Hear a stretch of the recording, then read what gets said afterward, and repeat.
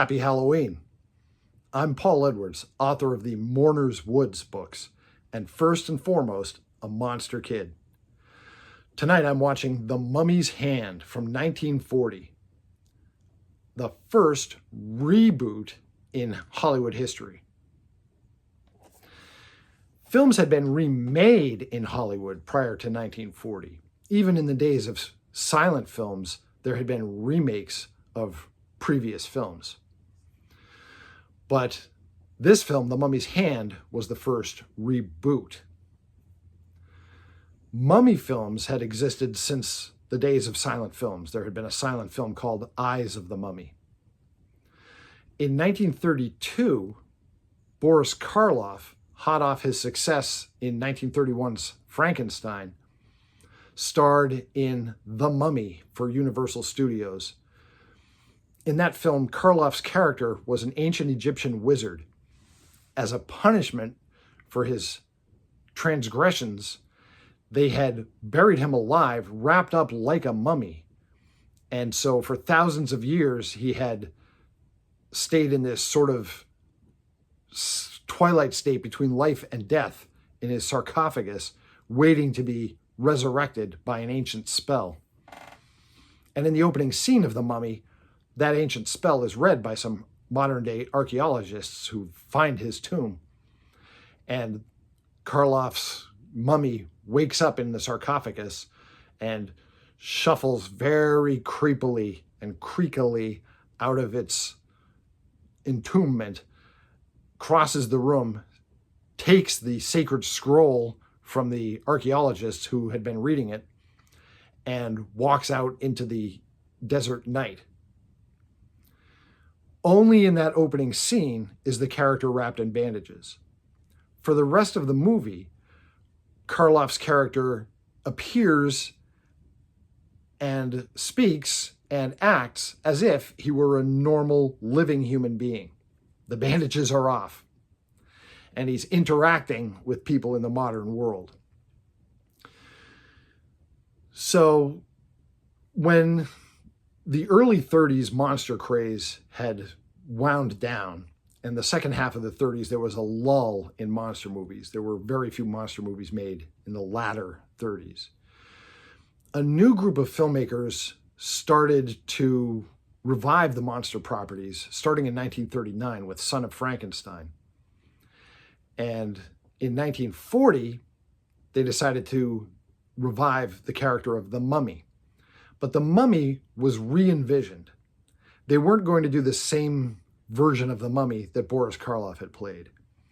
They liked the opening scene of the Mummy, where the Mummy was still wrapped up in bandages and wasn't saying anything and was just silently stalking along and, creepily moving its tortured limbs through the night, still wrapped in its thousands of years old bandages. That was the kind of mummy they wanted to keep. They didn't want the bandages off. So they reworked the origin story of Imhotep, the mummy that Boris Karloff had played, and came up with the character of Charis. Charis, very similarly to Imhotep, had been punished in the ancient days by being buried alive, wrapped up as if he were a mummy, but his organs were not removed like an actual mummy's would be. And the priests of Karnak, this cult, was devoted to keeping the mummy in this twilight state between life and death by giving it a special tea made from tanna leaves, a now extinct plant that had existed in ancient Egypt. And so by drinking the tanna leaves, Charis's life was extended unnaturally through the centuries to the present day. And in the present day, in The Mummy's Hand, two archaeologists from America, played by Dick Foran and Wallace Ford, are kicking around Egypt, penniless, and trying to make a find of some significance to raise their professional standing. And with backing from an eccentric magician who has been performing on stage in Cairo, they are able to come up with the money to bring an expedition out in search of this tomb of this lost Princess Ananka. And what they find is that the mummy, Karis, had been installed here as the guardian of the princess's tomb. And now that they've stirred him up, there's going to be a real problem, because they made the mistake before they left into the desert of trusting their plans to a local historian played by George Zucco, who just happens to also be the secret leader of this generation of the cult of the priests of Karnak. So George Zucco's character is out there in the desert waiting for them, and he revives the mummy and sends it on a spree, killing off members of the archaeology expedition one by one. As you can imagine, the movie doesn't end well for the mummy, and the entire story comes to a conclusion right there in the desert. There's no scene where the mummy comes back to civilization. They saved that for the sequels. That was still to come. In The Mummy's Hand, the mummy was resurrected, went on the attack, and was dealt with, seemingly destroyed, all out in the desert. With this, though, they had a mummy character that they could bring back, unlike Karloff's character of Imhotep. They could bring him back for future movies wrapped in bandages, and that's exactly what they did. They followed this movie in rapid succession with The Mummy's Tomb, The Mummy's Ghost, and The Mummy's Curse, each of which were set a generation later in the saga. And in this film, The Mummy's Hand, the mummy was played by Tom Tyler. In the next three, the mummy would be played by Lon Chaney Jr., who made a more significant impression physically, I think, in his presentation as the mummy. And I thought this video might come up a little bit short, so I'm going to show you a goodie from the days of the second wave of Monster Kids, my childhood. This is a really obscure goodie, okay? They used to give out prizes in cereal boxes, and sometimes they were really good.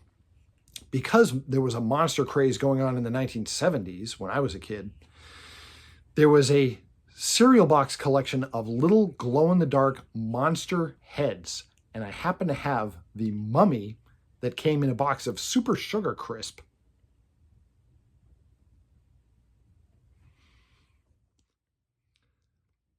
I'm trying to get it as close to the camera as I can, where the detail will actually show. It's a snap-together item. They had these for other Universal Studios monsters. This is the only one that survived into adulthood, though. This is from, my guess would be about 1973. And if you want to know what cereal, I'm relying on my memory from when I was like 7 years old. I'm pretty sure it was Super Sugar Crisp. But here we go. So now you can go on a mission if you're interested in this as a cereal box prize of Universal Studios monsters. You can hit up eBay and see if you can find them. This is the only one that I have left, though. And the fact that they used to give these away to kids in cereal boxes probably accounts for why there were so many of us monster kids in the 1970s. Listen, if you enjoy classic monsters and vintage horror, you should check out my book series, the Mourner's Woods books. They're for sale on Amazon.